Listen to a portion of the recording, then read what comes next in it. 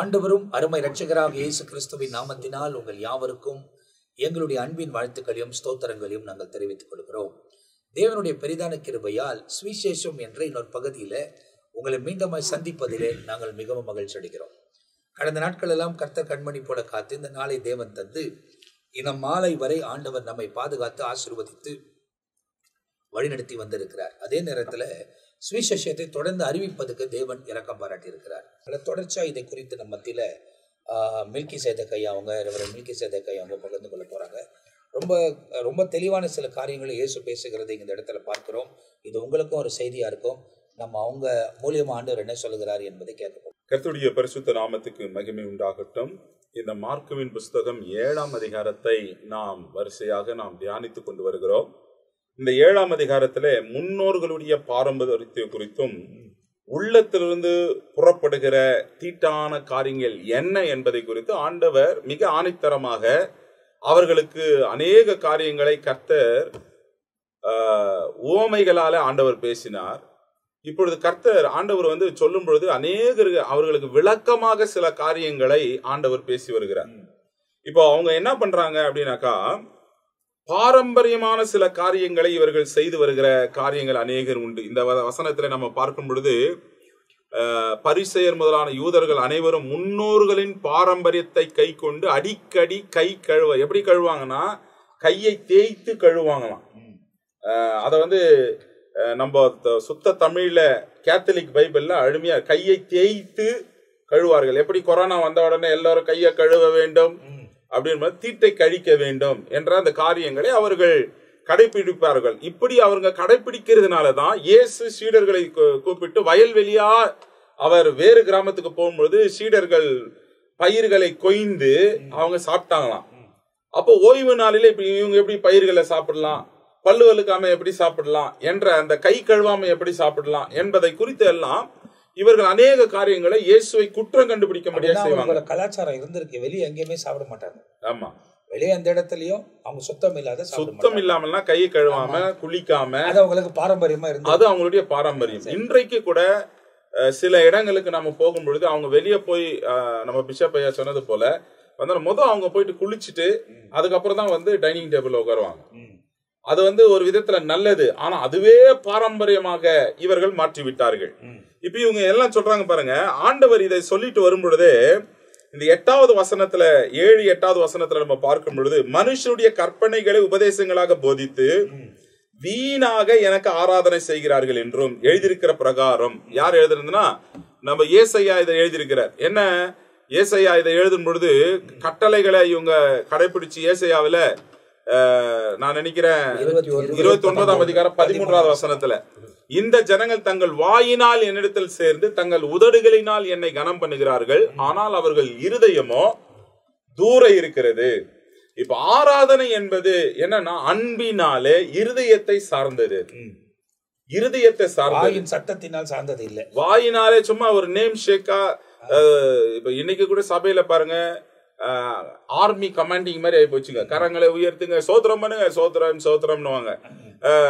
எல்லாரும் கை தட்டணும், அவ்வளவுதான். அந்த கமாண்டிங் முடிஞ்சோட ஸ்டாப் ஆயிடுவாங்க. ஆனா உள்ளத்துல தேவனை ஆராதிக்க வேண்டும் என்று சொன்னால் முழு உள்ளத்தோடு முழு ஆத்மாவோ நம்ம சொன்னாலும் சொல்லாவிட்டா அவர்களை தேவனை துதித்துக் கொண்டே இருப்பார்கள். இதைத்தான் தாவீது செய்து கொண்டிருந்தான்.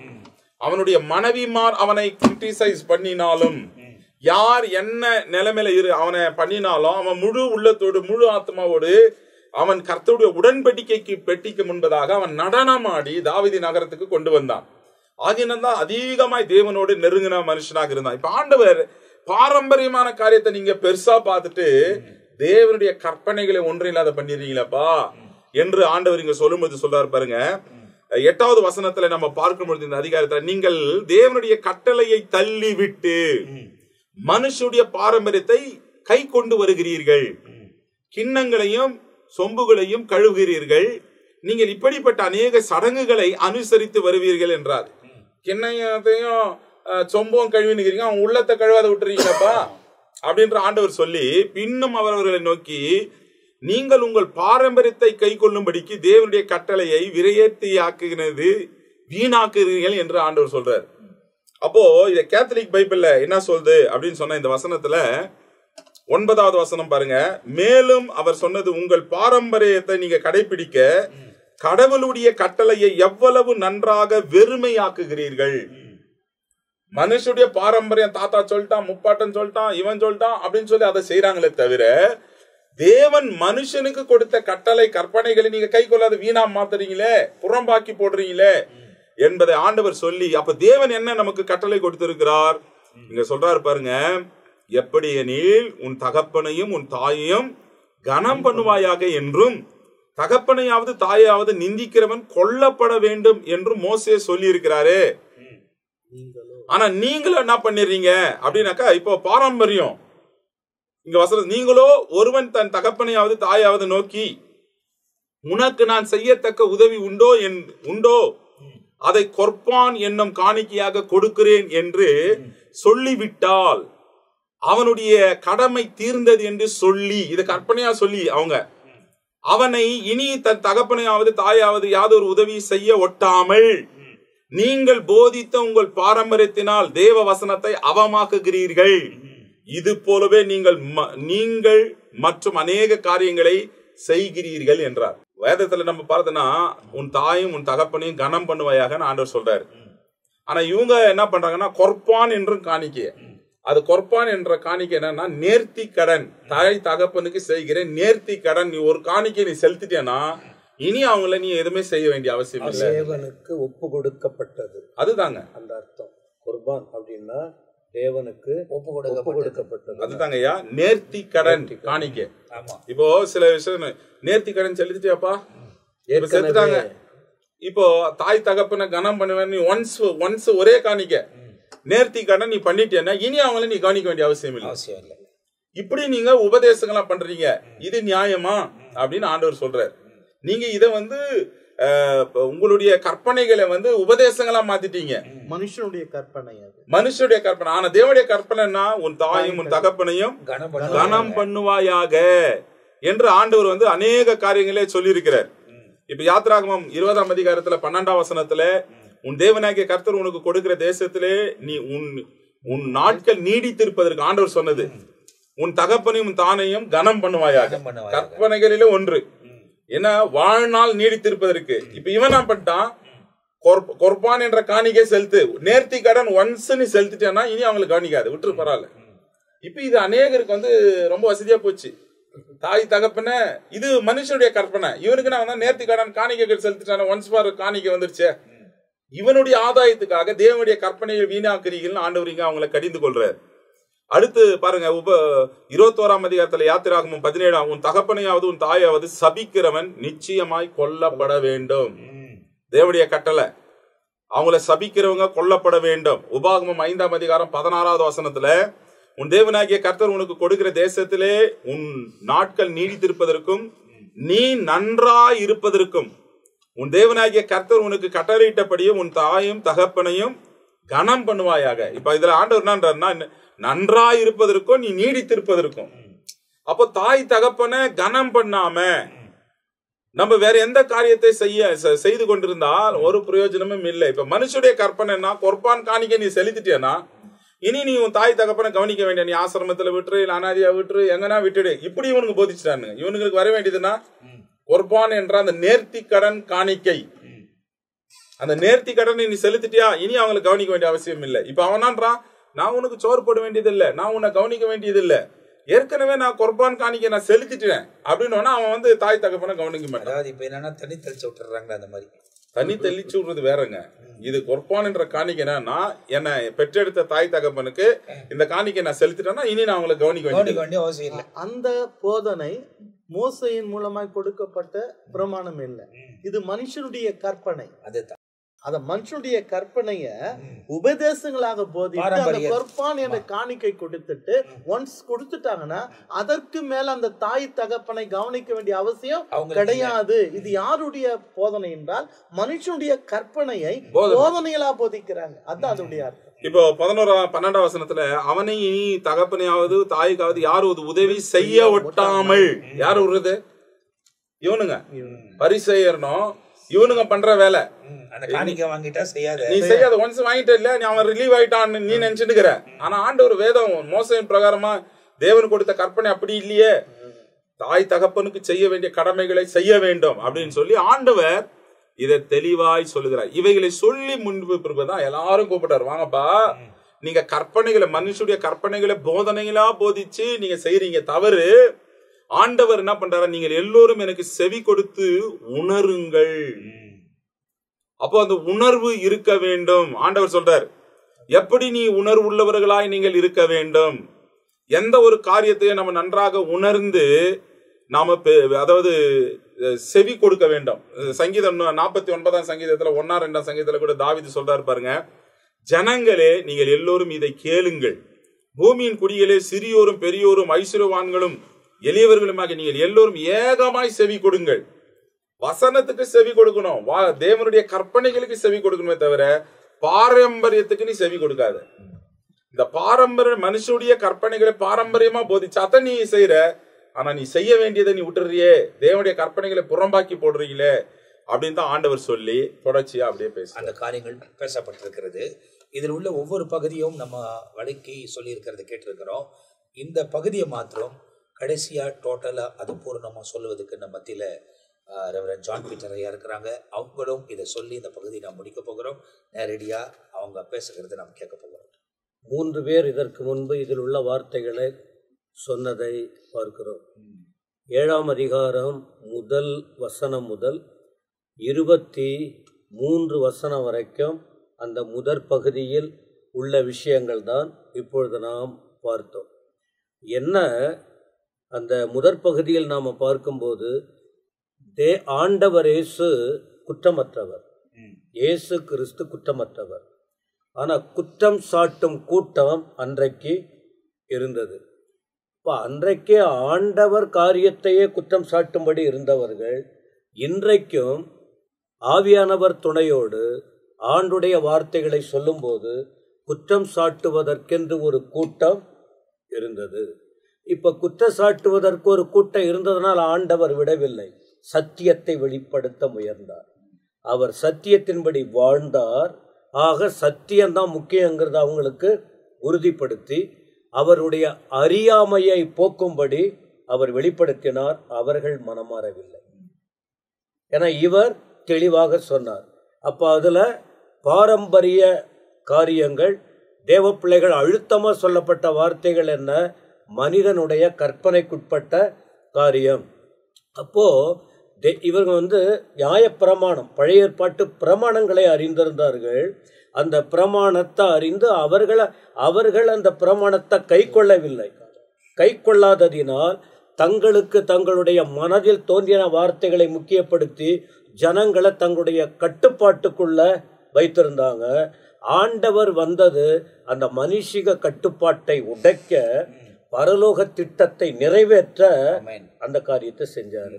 அப்போ அதை பார்க்கும்போது என்ன, நீ வெளி தோற்றம், சுகாதாரம், கை கழுவுதல் போன்ற விஷயங்கள். அப்போ கை கழுவணும். நம்மை பொறுத்த வரைக்கும் ஆரோக்கியம் சார்ந்தது. பல இதில் கையெல்லாம் வைக்கிறோம், பல பிரயாணப்படும் போதெல்லாம் அது நமக்குள்ளே நமக்கே மனசு ஒரு மாதிரி இருக்கும். அதை அவங்க அதை நியாயமாக சொன்னால் பரவாயில்ல, அதை குற்றம் சாட்டும்படி சொன்னதுனால தான் நீங்கள் இதில் மேலோட்டமாக பார்க்குற மேலோட்டமான வாழ்வை, மனுஷன் முகத்தை பார்க்கிறார், கர்த்தரோ உள்ளத்தை பார்க்கிறார். இப்ப நீ வெளி தோற்றத்தை மட்டும் பார்த்து குற்றப்படுத்தும் செயலை பார்க்குறீங்க. தேவன் சரீரத்தை உண்டாக்கினவர், அதுக்கும் மேல மனுஷனுடைய இருதயம் முக்கியம். அவர் இருதயத்தில் வாழ்கிற தேவன், மனிதனை தெரிந்து கொண்டு அந்த மனுஷனுக்குள்ள வாழ்கிற தேவன். இப்ப அன்றைக்கு அவர்கள் சொன்னபடி வெளி தோற்றத்தை முக்கியப்படுத்தி சொன்னதனால அந்த உள்ளான வாழ்க்கை தேவனோடு இருப்பதை குறித்து அவர்கள் வலியுறுத்தவில்லை, போதிக்கவில்லை. ஆனால் ஆண்டவர் அந்த உள்ளத்தில் வாழ்கிறபடியால் அவர் நீ வெளி தோற்றத்தை மட்டும் முக்கியப்படுத்தாத, அதைவிட மேலான ஒன்று மனுஷனுடைய உள்ளான வாழ்க்கை, உள்ளான இருதயம். அந்த இருதயம் கரெக்டா நல்லா ஆயிட்டா வெளிப்படையான காரியம் தெளிவாகி விடும் என்று அவருடைய அறியாமையின் இருளை அப்புறப்படுத்தும்படி அவர்களுக்கு தெளிவான காரியத்தை சொன்னதை தான் அந்த இடத்துல நாம பார்த்தோம். 2வது ஒரு காரியம் அவர் சுட்டி காட்டுகிறது என்ன, பெற்றோரை கனம் பண்ணுகிற விஷயம். முதல்ல கை கழுவுற விஷயத்த சொல்லிதான் அடுத்து கொண்டு வர்றாரு.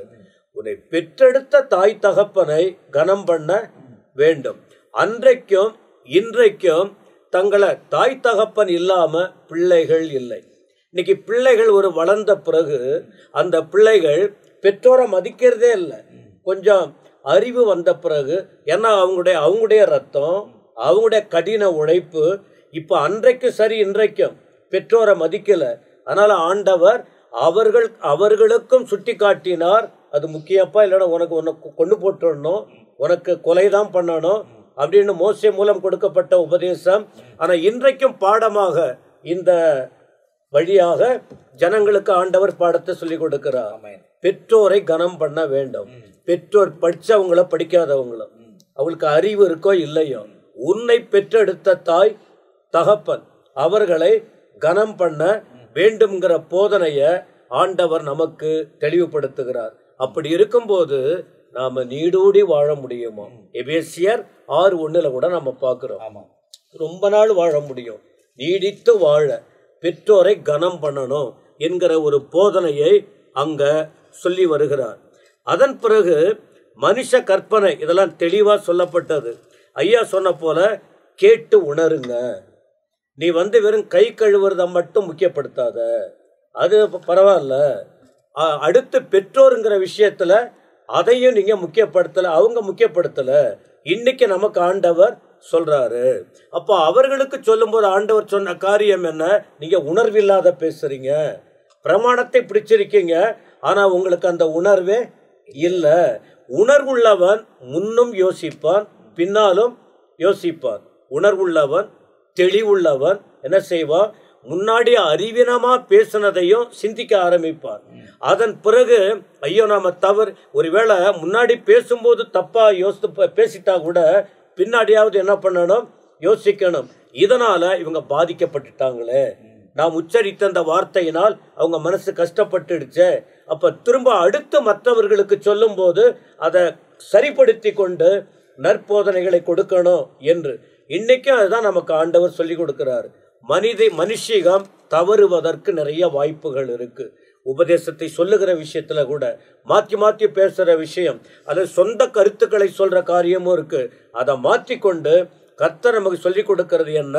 அந்த வசனத்தின்படி எல்லாரையும் வரவழைத்து, ஜனங்கள் எல்லாரையும் வரவழைத்து அவர்களை நோக்கி, நீங்கள் எல்லாரும் எனக்கு செவி கொடுத்து, ஆண்டவர்கிட்ட இந்த பாரம்பரிய விஷயங்களை சுட்டி காட்டி வரும்போது திரள் கூட்டம் வரவில்லை, ஒரு சிறு கூட்டம் வந்தது. அந்த சிறு கூட்டம் வரும்போது அவர்களுக்கு உணர்த்தி காட்டிட்டு இப்பொழுது பெருங்கூட்டத்துக்கு அவர் நல்வழியை காட்டுகிறார். சிறு கூட்டம் குற்றப்படுத்தினது, பெருங்கூட்டம் விழிப்படைய வேண்டும். அப்ப சொல்லும் போதுதான் தெளிவான காரியத்தை சொல்றாரு. 13 காரியம் சொன்னாரு. 13 காரியங்கள் நீங்க சொல்றது 1-2 காரியத்தை பிடிச்சுக்கிறீங்க.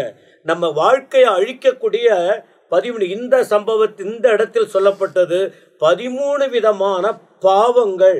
நாம பாவங்கள் அப்படின்றோம், தீட்டுப்படுத்துற காட்டியம்.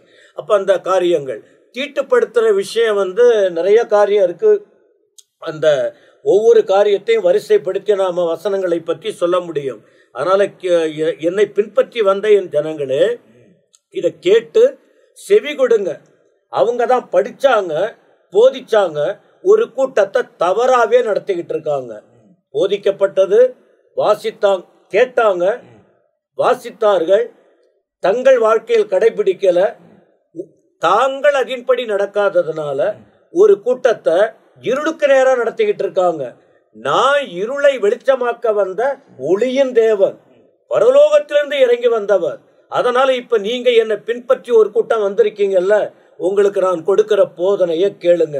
இப்பவாவது அவங்க சொன்ன வார்த்தையை கேட்டு நீங்க தவறா போகாம நான் சொல்லுகிற இந்த வார்த்தையை கவனமா கேட்டு நீங்கள் வாழ்ந்தால் உங்கள் வாழ்க்கை காக்கப்படும். அது என்ன சொல்லிட்டு சொல்றாரு? கேட்பதற்கு காதுள்ளவன் கேட்க கடவன். எப்பவுமே கொடுக்கப்படுகிற காரியத்தை சிலர் கேட்பாங்க. கேட்கிற கூட்டம் நிறைய இருக்கும், கீழ்ப்படுகிற கூட்டம் குறைவு. அதனாலதான் சொல்றாரு, கேட்பதற்கு காதுள்ளவர். நான் சொல்றது நல்ல வார்த்தைப்பா, நான் சொல்லுவது நல்ல வார்த்தை, இதை கேளுங்க.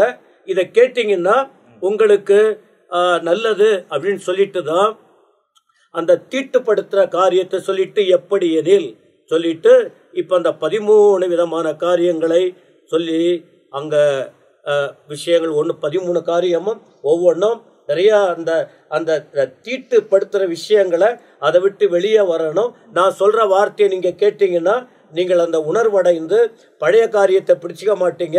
ஒரு புதிய, ஏன்னா ஆண்டவர் வந்ததை பழையதை விட்டு ஒரு புதிய வாழ்க்கை வாழணும், புதிய காரியத்தை செய்யணும் என்பதற்காக அன்றைக்கு அவர்களுக்கு சொன்னதுதான். ஆனா இன்றைக்கும் ஆண்டவர் புதிய உபதேசங்களை கொடுத்து பழைய கதையே நம்ம பேசிக்கிட்டு வண்டியை ஓட்டிக்கிட்டு இருக்காம இன்னைக்கு ஆவியானவர் துணையோடு சொல்லப்படுகிற அந்த பழைய காரியத்தை விட்டுட்டு புதிய புதிய காரியத்தை நாம கடைபிடிச்சாதான் புது சிருஷ்டியாய் மாற முடியும், புதிய ஆசீர்வாதங்களை பெற்றுக்கொள்ள முடியும்.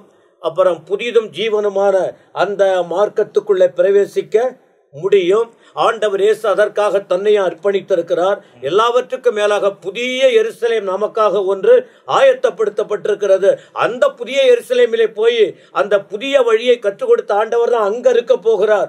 அவருடைய எல்லைக்குள்ளே வாழ்ந்து அவருக்கு மகிமையா இருக்க முடியும். அதனால பழசு பழசு பழசு நீங்க என்பதை பிடித்து கொண்டு இல்லாம புதிய வழியை காட்ட கல்வாரி சிலுவைக்கு தன்னை ஒப்பு கொடுத்து புது வழியை தன்னுடைய சரீரம் கிழிக்கப்பட்டு அதன் வழியாய் வந்து பரலோக ராஜ்யத்தில் பிரவேசிக்க வேண்டும் என்கிற உணர்வை கற்றுக் கொடுத்த ஆண்டுடைய வார்த்தையை ஏற்றுக்கொண்டு வாழுங்க என்பதுதான் இந்த நம்ம 3 பேரோடு சேர்ந்து 4வதாக நான் சொன்ன வார்த்தை. கர்த்தருடைய நாமத்திற்கு ஸ்தோத்திரம். இந்த இடத்துல நீங்க பாத்தீங்கன்னா பாஸ்டர் ஜெயக்குமார் அவங்க சில விவரங்களை கொடுக்க விரும்புறாங்க, அதை நம்ம கேட்க போகிறோம். இந்த 7ஆம் அதிகாரத்துல 1 - 23 வரை தெளிவான ஒரு சத்தியத்தை, ஒரே ஒரு காரியத்தை மையமாக கொண்டு ஆண்டவராகிய இயேசு கேள்வி கேட்டதான அவர்களுக்கு எது தீட்டு எது தீட்டு இல்லை. இவர்கள் சொன்னது என்ன?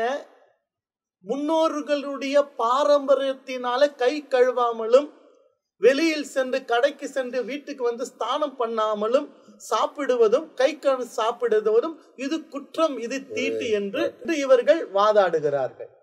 இதற்கான விளக்கத்தை ஆண்டவராகிய இயேசு தெளிவாக அவங்களுக்கு சொல்லிட்டாரு 1 - 14 வரை. ஆனா 15 - 23 வரை நிதானமாக வாசித்து பார்த்தால் அவர்கள் கேட்ட எது தீட்டு என்று சொல்லுகிறார்களோ அது தீட்டு இல்லை என்பதற்காக ஒரு தெளிவான ஒரு விளக்கத்தை சொல்றார். 15ஆம் வசனம் சொல்லுது பாருங்க, மனுஷனுக்கு புறம்பே இருந்து அவனுக்குள் போகிறது ஒன்றும் அவனை தீட்டுப்படுத்த மாட்டாது, அவன் உள்ளத்தில் இருந்து புறப்படுகிறவைகளோ அவனை தீட்டுப்படுத்தும். கை கழுவுற விஷயம் சொல்லி கையில அழுக்கு இருக்க, இந்த அழுக்கு ஒண்ணும் உள்ள போய் தீட்டுப்படுத்துறது இல்ல. புறம்பே இருந்து அவனுக்குள் உள்ளே போவது ஒன்றோ அவனை தீட்டுப்படுத்த மாட்டாது, ஆனால் அவனுக்குள் இருந்து வெளிவருதுதான் தீட்டு. அதுக்கு ஒரு உதாரணத்தை சொல்றார் அழகா. 19 சொல்லுது, அது அவன் இருதயத்துக்குள் போகாமல், வெளியிருந்து சாப்பிடுறான் பாரு, அது எங்க போவாதான்? அவன் இருதயத்துக்குள் போகாமல் வயிற்றிலே போகிறது, அதிலிருந்து எல்லா போஜனங்களின் அசுத்தங்களையும் கழிக்கிற ஆசன வழியாய் நீங்கி போகும். அப்ப அவன் வயிற்றுக்குள்ள போறது எல்லாம், அவன் சாப்பிடுற அத்தனை போஜனமும் இருதயத்துக்கு போல, அவன் எதுக்குள்ள போகுது? வயிற்றுக்குள்ள போகுது. வயிற்றுக்குள்ள போகிற போஜனம் எல்லாம், அந்த அசுத்தங்கள் எல்லாம் அந்த ஆசனத்தின் வழியா வெளியே வந்துருது. அது அவனுக்கு தீட்டு இல்ல. எது தீட்டுன்னு சொல்றாரு பாருங்க 20ஆம் வசனம், மனுஷனுக்குள்ளே இருந்து புறப்படுகிறதே மனுஷனை தீட்டுப்படுத்தும். அவனுக்குள்ள இருந்து எது வெளியே வருதோ அதுதான் அவனை தீட்டு. அப்ப நீங்க சொல்றதெல்லாம், நீங்க குற்றப்படுத்துதெல்லாம் அவன் வயிற்றுக்குள்ள போகுது, அவன் இருதயத்துக்குள்ள போகல, அது குற்றம் இல்ல. ஆனா உனக்குள்ள வருது பாரு, இது வாழ்ந்து வெளியே வருது, குற்றம் கண்டுபிடிக்கவே நீ பின்னால வர, இன்னும் அது குற்றம் என்னென்ன தீட்டுன்னு பட்டியலிட்டு சொல்றாரு பாருங்க 21. அது எப்படி எனில், மனுஷனுடைய இருதயத்தில் இருந்து பொல்லாத சிந்தனைகளும் விபச்சாரங்களும் வேசிதனங்களும் கொலைபாதங்களும் களவுகளும் பொருளாசைகளும் துஷ்டதனங்களும் கபடும் காம விகாரம் எது தீட்டுப்படுத்தும் எது தீட்டுப்படுத்தாது என்பதை குறித்து ஆண்டவராகிய இயேசு அவரை பிரிச்சு காட்டிட்டார். அதனால நீங்க சொல்ற போல கை கழுவாமல் சாப்பிடுறதும் ஸ்நானம் பண்ணாமல் சாப்பிடுகிறதும் அது பெரிய குற்றம் இல்லப்பா, நீங்க குற்றப்படுத்துகிறீங்க பாரு, அதுதான் பெரிய குற்றம் என்று சொல்லி இந்த 7ஆம் அதிகாரம் 1-23 வரை தெளிவாக்கி அதை முடித்தார். இதுல இன்னொரு தெளிவுபடுத்த நான் விருப்பப்படுறேன். கேள்வி கேட்டவங்களுக்கு எல்லாருக்கும் அவர் என்ன பண்ணிட்டாரு, பதில் 16வது வசனத்தோட முடிச்சிட்டார். ஏன்னு கேட்டாங்க, அப்படிதான் சொல்லியிருக்கு. என்னன்னு கேட்டா 15வது வசனத்தை பார்த்தீங்கன்னா, மனுஷனுக்கு புறம்பே இருந்து அவனுக்குள்ளே போகிறது என்றும் அவனை தீட்டுப்படுத்த மாட்டாது, ஆனா அவன் உள்ளத்திலிருந்து புறப்படுகிறவைகளே அவனை தீட்டுப்படுத்தும், காது உள்ளவன் கேட்கலாம். அதோடு கூட கதையை முடிச்சிட்டார். அப்போ அவங்களுக்கு புரியுற மாதிரி சகல காரியங்களையும் எது தீட்டு எது தீட்டு இல்லை அப்படின்றத தெளிவா சொல்லி அவங்களை அமிச்சிட்டாரு. அமிச்சிட்ட பிறகுதான் அவர் ஜனங்களை விட்டு வீட்டுக்குள் பிரவேசித்த போது, கேள்வி கேட்டவங்க எல்லாம் என்ன பண்ணிட்டாங்க, போயிட்டாங்க. வீட்டுக்குள் பிரவேசித்த போது சீஷர்கள் கேட்கிற கேள்விக்குதான் எதெல்லாம் மனுஷனுக்குள்ள இருந்து புறப்பட்டு வெளியே வந்து தீட்டுப்படுத்துது அப்படின்றத சீஷர்களுக்கு மட்டும் அதை விளக்கி சொல்லுகிறார். அப்ப இந்த பகுதியில் உள்ள 23 வசனங்களும் தெளிவாய் விளக்கப்பட்டிருக்கிறது. இந்த பகுதியில் நீங்கள் பார்க்கும்போது கடைசி அந்த 3 வசனங்கள் 21, 22, 23 நம்மத்தில ஜான் பீட்டரைய வாசிப்பாங்க. அதை வாசித்த உடனே இந்த பகுதியை நாம் முடிக்க போகிறோம். எப்படி எனில், மனுஷருடைய இருதயத்திலிருந்து பொல்லாத சிந்தனைகளும் விபசாரங்களும் வேசித்தனங்களும் கொலை பாதகங்களும் களவுகளும் பொருளாசைகளும் துஷ்டத்தனங்களும் கபடும் காம விகாரமும் வன்கண்ணும் தூஷணமும் பெருமையும் மதிகேடும் புறப்பட்டு வரும் பொல்லாங்கானவைகளாகிய இவைகள் எல்லாம் உள்ளத்திலிருந்து புறப்பட்டு மனுஷனை தீட்டுப்படுத்தும் என்றார். அப்ப இந்த இடத்துல இந்த வசனத்தில் ஆண்டவர் சொல்லி முடிக்கிற விதத்தை நீங்கள் பார்ப்பீர்களானால், இந்த சொல்லப்பட்டிருக்கிற இந்த காரியங்கள் எல்லாம் தீட்டுப்படுத்தும் என்று இந்த இடத்துல எழுதப்பட்டிருக்கிறது. தேவனுக்கு விருப்பம் இல்லாத காரியங்களை செய்ய வைக்கும். இன்னைக்கு ஊழியக்காரர்களை நாங்கள் சொல்லுகிறோம், இப்படிப்பட்ட காரியங்களில் அகப்பட்டு இருப்பீர்களானால் உங்களை விடுவித்துக் கொள்ளுங்கள். அதுக்கான நேரம் கொடுக்கப்படுகிறது. எப்போ நம்முடைய நேரம் நமக்கு முடியுன்றது தெரியாது. ஏன்னா மரணம் முந்திக் கொள்ளலாம், இல்லை எக்கால சத்தம் முந்திக் கொள்ளலாம். 2ல் 1 நடந்தே தீரும். இப்படிப்பட்ட காரியங்களுக்கு நீங்கள் உடன்பட்டிருந்தால் தயவு செய்து நீங்கள் உணர்ந்து உங்க சொந்த வாயினால் அறிக்கை செய்து பாவத்தை விட்டு விலக ஒப்பு கொடுத்து இயேசு கிறிஸ்துவின் ரத்தம் சகல பாவங்களை நீக்கி சுத்திகரிக்கும் என்று எழுதப்பட்டிருக்கிறது. அந்த வசனத்தின்படி அவர் ரத்தத்தினால் கழுவப்பட்டவர்களை ஒப்பு கொடுக்கும் போது நிச்சயமாய் மீட்பது மாற்றம் இல்லாமல் தொடர்ந்து கடைசி வரை உங்களை வழிநடத்துவதற்கும் அவர் உண்மை உள்ளவராக இருக்கிறார். பாவத்தமான காரியங்களை விட்டு விலகுங்கள், தேவனோடு கூட இணைந்து வாழுங்கள். அவர் உங்கள் வாழ்க்கையில மேன்மையான காரியம் செய்வார். அடுத்த பகுதிகளிலே உங்களோடு கூட இணைகிற வரை தற்போது நாங்கள் எல்லாம் உங்ககிட்ட இருந்து விடைபெறுகிறோம். கர்த்தர் உங்களை ஆசீர்வதிப்பாராக. ஆமென்.